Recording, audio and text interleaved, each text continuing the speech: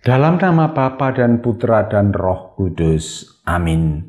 Tuhan bersamamu dan bersama rohmu. Inilah Injil suci Yesus Kristus menurut Yohanes. Dimuliakanlah Tuhan. Yohanes bab 7 ayat 40 sampai 53. Sekali peristiwa Yesus mengajar di Yerusalem.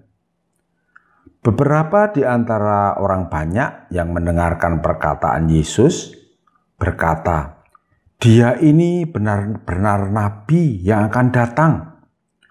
Yang lain berkata, "Ia ini Mesias."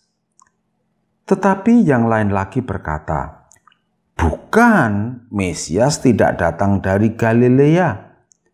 Karena kitab suci mengatakan bahwa Mesias berasal dari keturunan Daud dan dari kampung Betlehem, tempat Daud dahulu tinggal."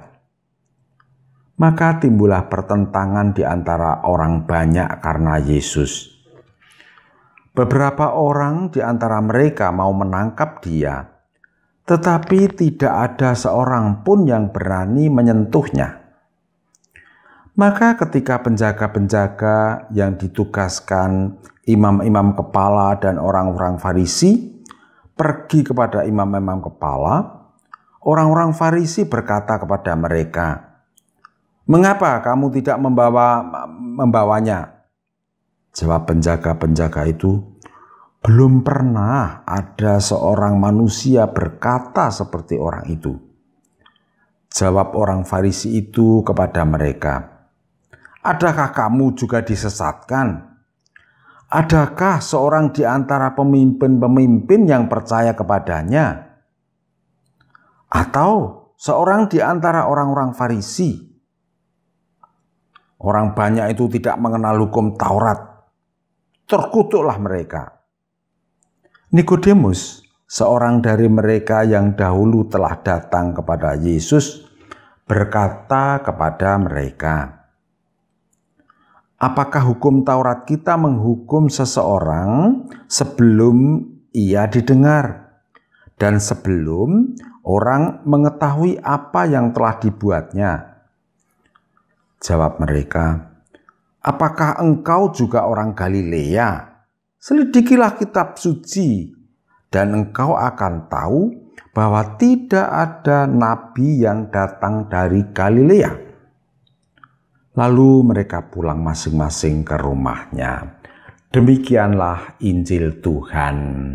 Terpujilah Kristus.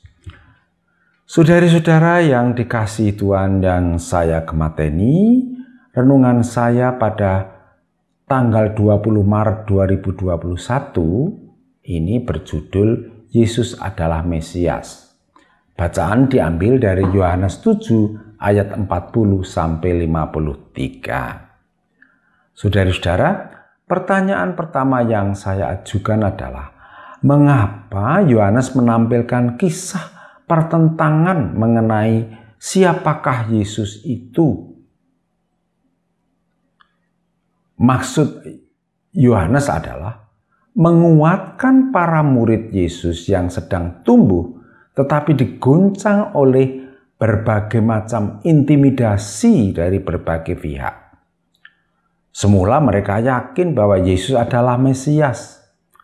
Tetapi ketika ternyata Yesus menderita sengsara dan wafat di salib, para murid pun mulai ragu-ragu. Jadi keraguan-raguan itu mulai muncul dari dalam diri para murid sendiri, ditambah dengan intimidasi dari luar mereka. Syukurlah bahwa masih ada beberapa orang yang tetap setia meyakini bahwa Yesus adalah Mesias. Bisa dipastikan Yohanes penulis Injil ini sendiri masih yakin demikian. Dan rupanya dalam menulis Injil, Yohanes memohon terang Roh Kudus.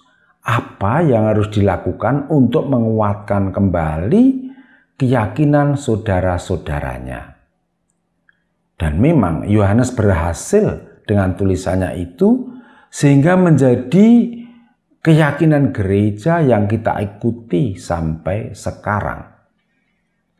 Saudara-saudara, keyakinan itu bisa lebih kuat daripada pikiran.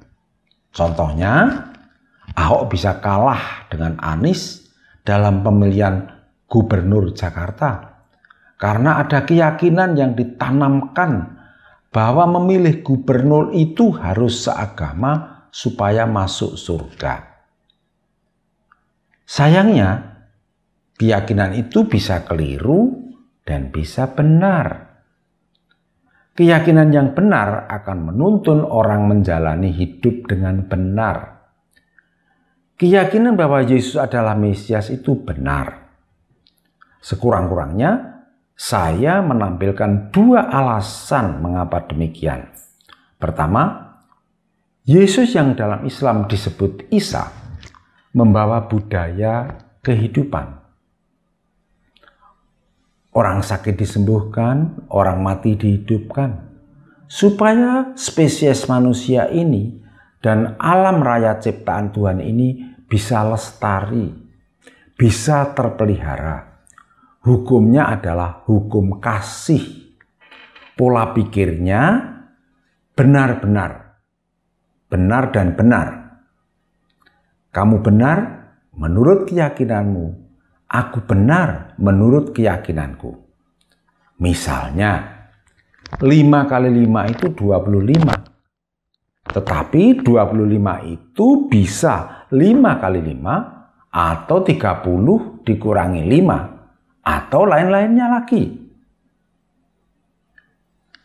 Biarlah orang hidup dengan pola kebenarannya.